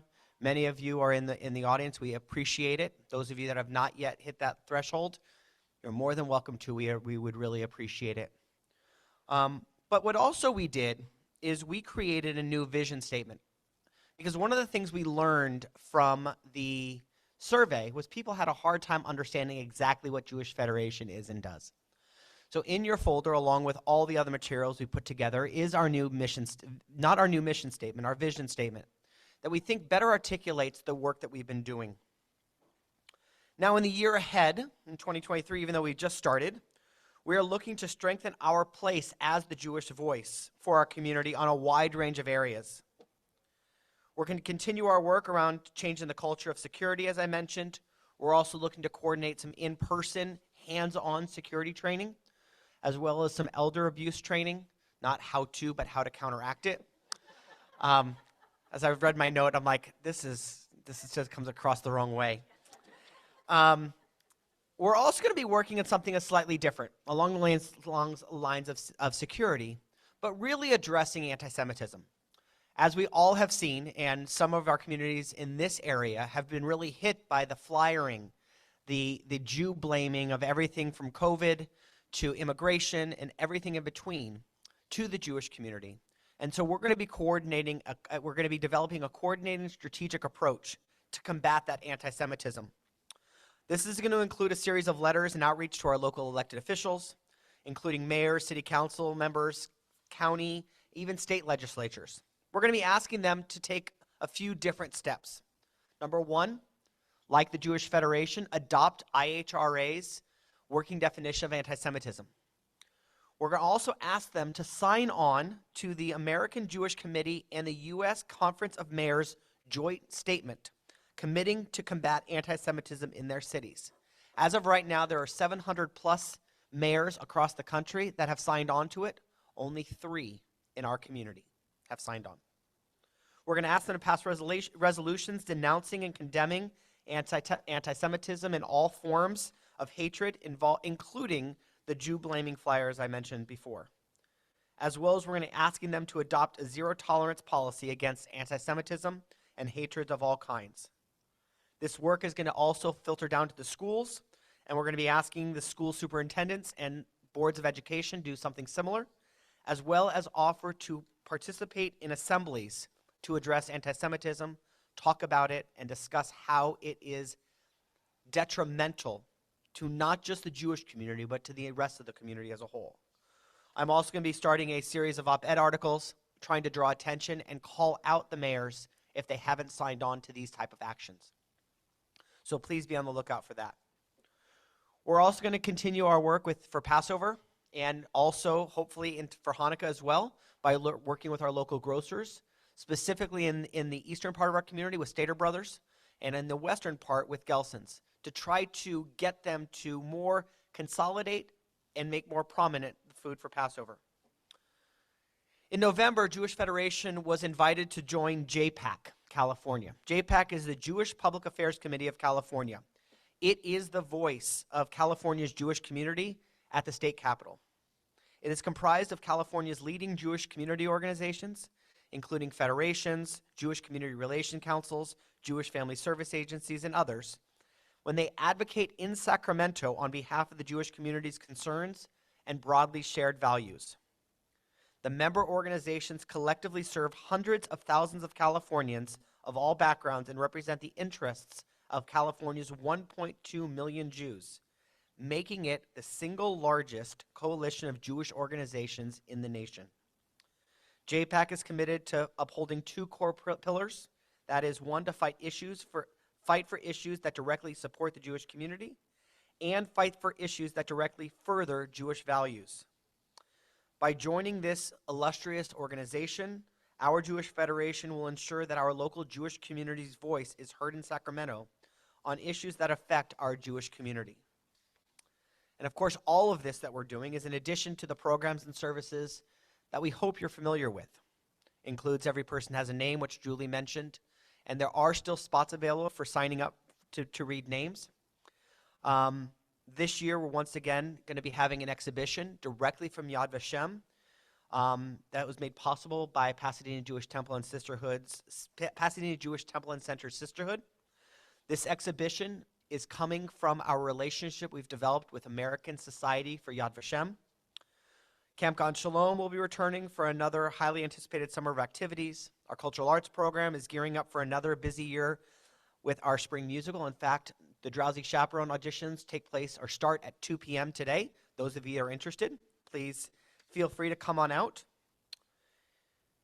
And something unique for us is that this July marks our 30th anniversary as an organization, as our separate federation. In the spring of 2024, we're looking to hold a special 30th anniversary gala where we'll celebrate all we've accomplished over the course of the 30 years, and we're also planning to honor our past presidents. So be on the lookout for details about this wonderful event. And then, if that's not enough, we're also looking to go back to Israel and possibly doing a culinary trip to focus on the culinary arts in Israel. Something a little different, but something that we think will add a great of interest for many people. So we are still using this information we found from our survey, and we appreciate those of you that have completed it and shared it with that information with us. Organizationally, Federation is beginning to undertake some strategic look at what we do and why we do what we do. And we hope to be able to use that information to better meet the needs and strengthen our connection to not just our Jewish community, but also for community members to feel connected as well. So it's a busy year ahead. All of this could not be possible without the support of many, many people. From my staff, who give so much of themselves in everything that they do, we all appreciate it. To the board, for your support and guidance and partnership and dedication you have shown over the years to really work to make our community, not the organization, our community stronger. It's through your support and dedication that we're able to do what we do. And lastly, to all of you in the community and our community partners, work we do we see as vital. It's made possible through the support from the community, and we could not do what we do without you.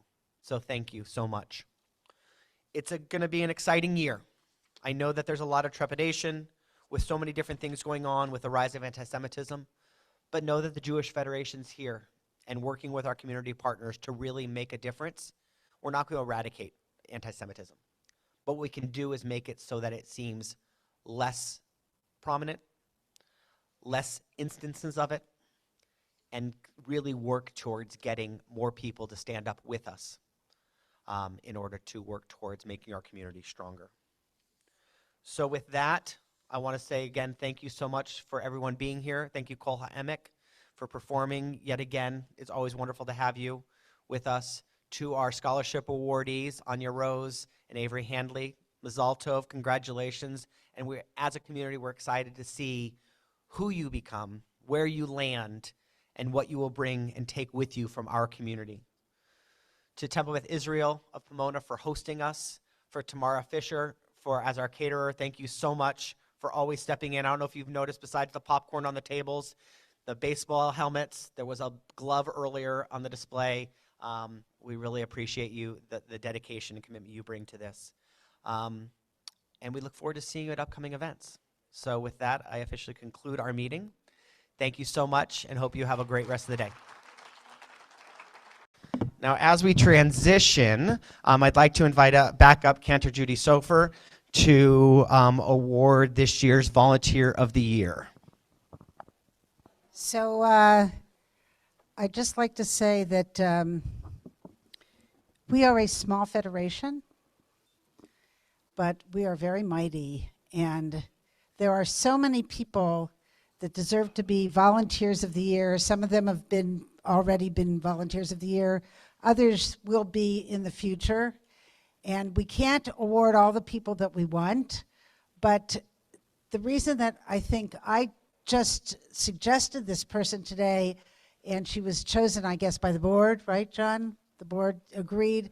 But there are many, many unsung heroes, and as you know, in the cultural arts, a lot of the things we do is behind the scenes. You see the people that get out on stage and perform, or the singers. You don't know what goes on behind the scenes to make that happen. And there are many, many, many people, even in this room, that help make those things happen. And so I don't think people would have known about this person if it hadn't come to this. But this is we suggested Joanne, and she was chosen, Joanne Karr.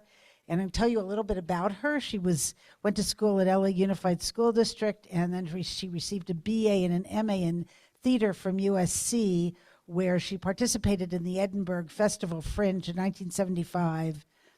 1979 to 1981, she worked in the film industry as an assistant director trainee, including a stint on the TV show The Incredible Hulk and the film Oh God, Book 2, all leading to membership in the Directors Guild of America, which is not easy to get. I know, because my son is a director and he does mostly commercials, and he is still trying to get in. It's very difficult, at least it is now. For 20 years, she taught drama, stagecraft English, and video production for LAUSD, including time at Westchester and Hollywood high schools. During that time, she lived abroad 3 times, first in Korea, working as a recreation services theater director for the military at Camp Red Cloud in Korea, then on 2 Fulbright teacher exchanges teaching theater, one in Swansea, Wales, and the other in London. And she finished her teaching career with 15 years at Walnut High School as the theater director and running the whole program. She retired in 2015. She's worked with various community theaters, including directing Neil Simon's Come Blow Your Horn at the Dylan Thomas Theatre in Swansea, and stage managing a British panto in Harrow, a suburb of London. Since 2013, she's been active with us, and that started because one day I got a phone call. Hi, my name's Joanne Karr, and I'm a member of TBI Pomona. She's a member here. And I'm thinking about retiring, and I want to know if I can get involved in the theater program. And to have somebody call who wanted to be involved but wasn't interested in acting, that was really a mitzvah. That was an amazing thing. So I grabbed her up. We were doing MAME at the time, and I asked her if she would stage manage, which she did. and she's become more and more an active member of the JFED Players. She's directed several shows, assisted in various ways, and I'm going to tell you a little bit about that. First of all, because of her background and her training, and I'm trained as a director too, but one of the things I didn't learn very well is lighting, and Joanne lights every single one of our shows, whoever directs them, and I'd like you to know that if you didn't have a really good lighting director, you would not be able to see anything. So that's very, very important. She's, and that's besides the directing the shows that she's done. She did Lend Me a Tenor last year, and which other ones did you do? A couple, that was with Play On, Twilight Zone she directed, and so she always is. We have a revolving group of people that direct, but she's always there to help out in any way. She heads our play vetting committee, and that's a really difficult thing because as the Jewish Federation, our motto is we have to have some kind of a Jewish connection in the plays we do. And like I said before about musical theater, there's always a Jewish connection to the musicals. There's not always the same Jewish connection to straight shows. And we read a lot of plays. I'm actually not in it. It comes to me afterwards.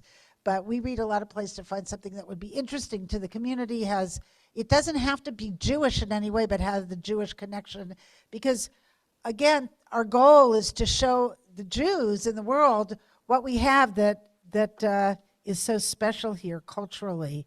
And since then, and being active, she also does the participatory play reading group, which started when we went into quarantine, and we wanted to continue. We managed to keep on going all through the pandemic period, and she's the one that ran it. She found plays. Anybody who wanted to read, and she would do it online. They did it in Zoom, and she still runs that to this day. We still do it every couple of months. We've had an incredibly interesting group of people get involved with us that are happy to come in and read the scripts during these Zoom opportunities that they would never come up on the stage.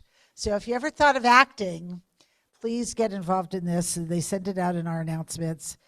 And finally, I think the thing that's the most unsung hero is that it's 2 years ago since that now, I think 2021, I went to Jason. I said, Jason, I'm watching all these cooking shows online, and they're so awful. I said, I can do this, and I can do it better, and I can do it faster. And I don't know what your opinion is, but he agreed to let me try because we wanted to film people in the greater Jewish community, San Gabriel, Pomona Valleys, and each time have them do something else that was a food that would either be a culturally Jewish food, or a food connected some kind of holiday like Shabbat.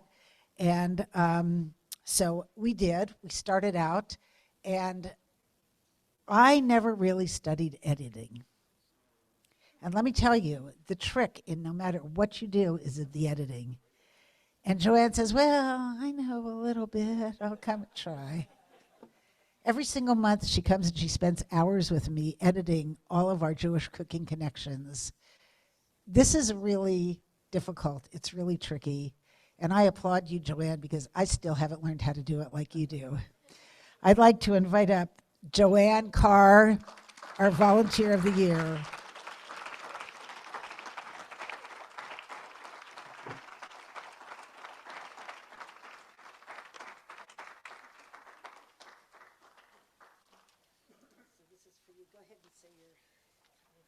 Good morning. Thank you to the Federation, especially Jason and Judy and the board for this honor. I'd like to add one thing to what Judy said about editing the cooking connection. I don't cook at all. If you can't make it on a barbecue or in the microwave or the toaster oven, then it doesn't get made, and even that's an effort for me. So the irony is not lost on me. Anyway, I just have a few remarks. I have a script, which is important.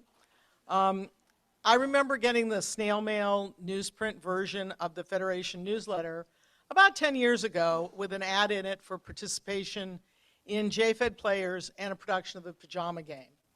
At the time, I never got around to calling, but a year later, as Judy mentioned, I saw an ad for MAME, which was one of my favorite shows. And so I did call, and as Judy mentioned, the fact that I was interested in backstage work, you know, she almost jumped through the phone to welcome me to JFED Players. And I have been on stage in a couple productions, but I was immediately put to work as sort of a backup stage manager, and I've been involved in one way or another in almost every show since. Arthur Miller's one of my favorite playwrights, and he regarded theater as, quote, a serious business, one that makes or should make man more human, which is to say less alone, unquote.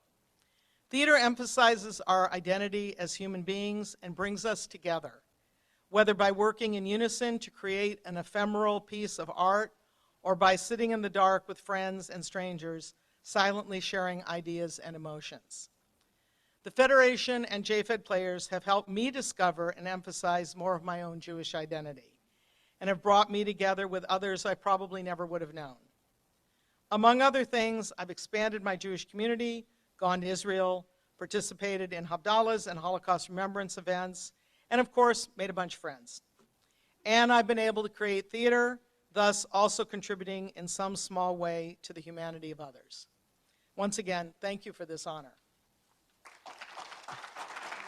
As we wind down our meeting, it gives me a chance to highlight a few things that Julie Solberg mentioned, but also kind of going into the year ahead. Julie mentioned the comprehensive community-wide security plan we established and worked very closely with our community partners, as well as Secure Community Network and the FBI to develop. And we are really appreciative of congregations like Temple Beth Israel and Pasadena Jewish Temple and Center and Temple Beth David and others for the work that and commitment they have made to security. Because ultimately, as we all know, no matter where we go, we are now potentially a target. And I don't mean that for the Jewish community. I mean that collectively anyway, in any shape or form. And so the work that we've been doing to kind of eradicate the fear of security and around security has been something we've been working very closely on, and we will continue to do so. As you might remember, also at the start of 2022, we talked about the effort we were going to make to enhance the Passover food that was available in the community and consolidate it. And we were able to do that, and we're looking to expand that in the coming year. Federation also established our Chesed Society, which is our major gifts recognition program. Many of you are in the audience. We appreciate it. Those of you that have not yet hit that threshold, you're more than welcome to. We would really appreciate it. But what also we did is we created a new vision statement. Because one of the things we learned from the survey was people had a hard time understanding exactly what Jewish Federation is and does. So in your folder, along with all the other materials we put together, is our new mission, not our new mission statement, our vision statement, that we think better articulates the work that we've been doing. Now in the year ahead, in 2023, even though we just started, we are looking to strengthen our place as the Jewish voice for our community on a wide range of areas. We're going to continue our work around changing the culture of security, as I mentioned.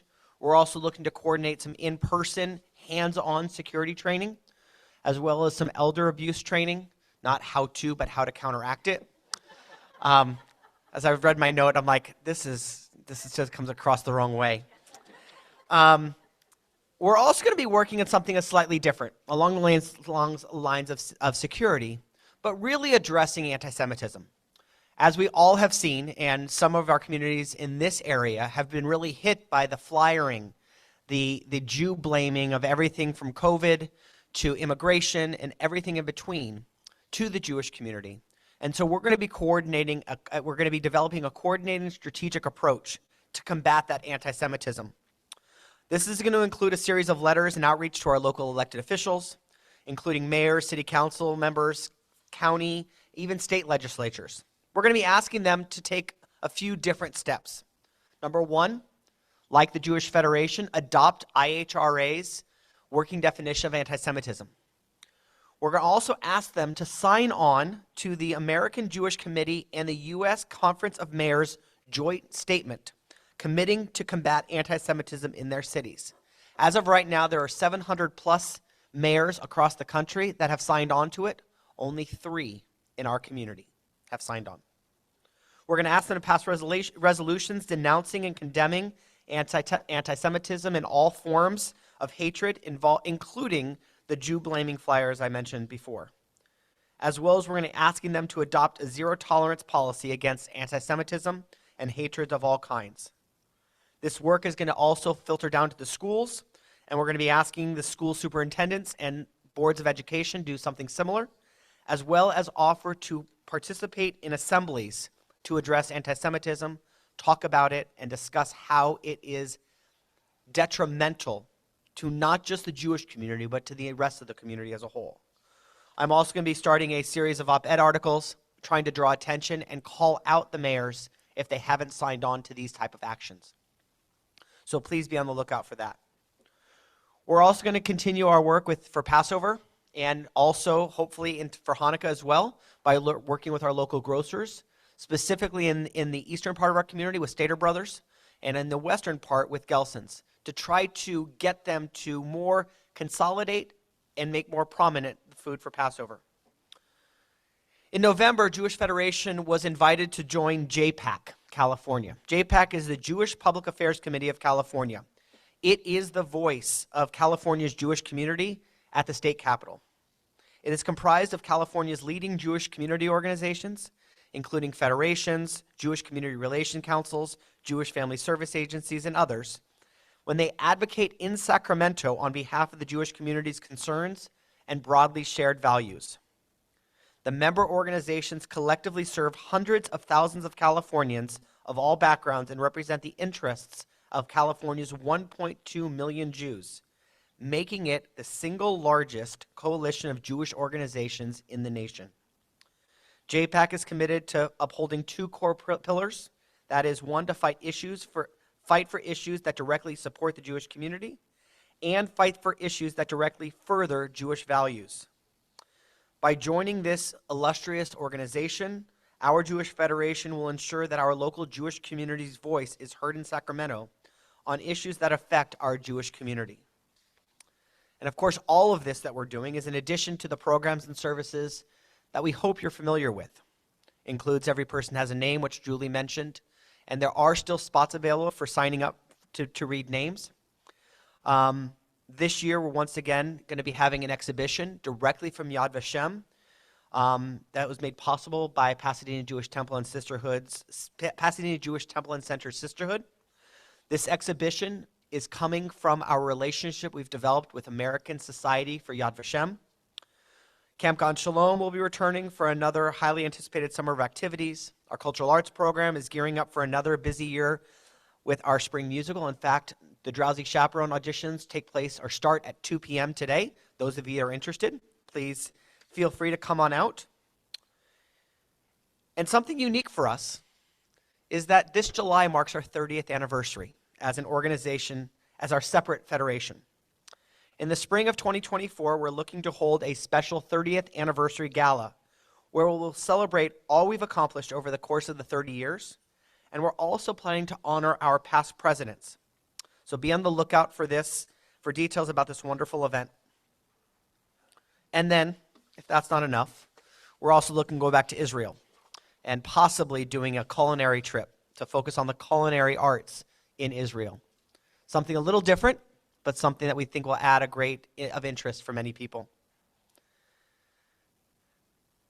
So we are still using this information we found from our survey, and we appreciate those of you that have completed it and shared it with that information with us.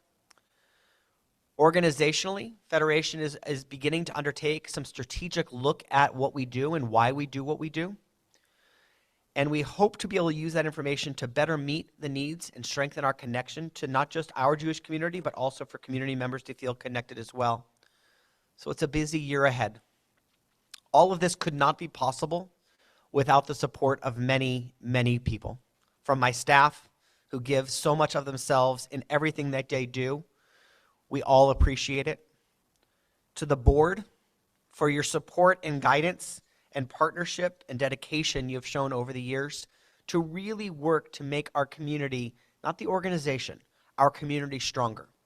It's through your support and dedication that we're able to do what we do. And lastly, to all of you in the community and our community partners, work we do we see as vital. It's made possible through the support from the community, and we could not do what we do without you. So thank you so much. It's going to be an exciting year. I know that there's a lot of trepidation with so many different things going on with the rise of anti-Semitism, but know that the Jewish Federation's here and working with our community partners to really make a difference. We're not going to eradicate anti-Semitism, but what we can do is make it so that it seems less prominent, less instances of it, and really work towards getting more people to stand up with us in order to work towards making our community stronger. So with that, I want to say again, thank you so much for everyone being here. Thank you, Kol HaEmek, for performing yet again. It's always wonderful to have you with us. To our scholarship awardees, Anya Rose and Avery Handley, Mazal Tov, congratulations. And we, as a community, we're excited to see who you become, where you land, and what you will bring and take with you from our community. To Temple Beth Israel of Pomona for hosting us, for Tamara Fisher as our caterer, thank you so much for always stepping in. I don't know if you've noticed, besides the popcorn on the tables, the baseball helmets, there was a glove earlier on the display. We really appreciate you, the dedication and commitment you bring to this. And we look forward to seeing you at upcoming events. So with that, I officially conclude our meeting. Thank you so much and hope you have a great rest of the day.